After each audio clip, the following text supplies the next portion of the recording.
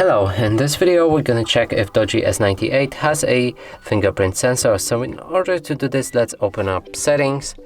From here find the security, go for biometrics and password, and right here there's a fingerprint.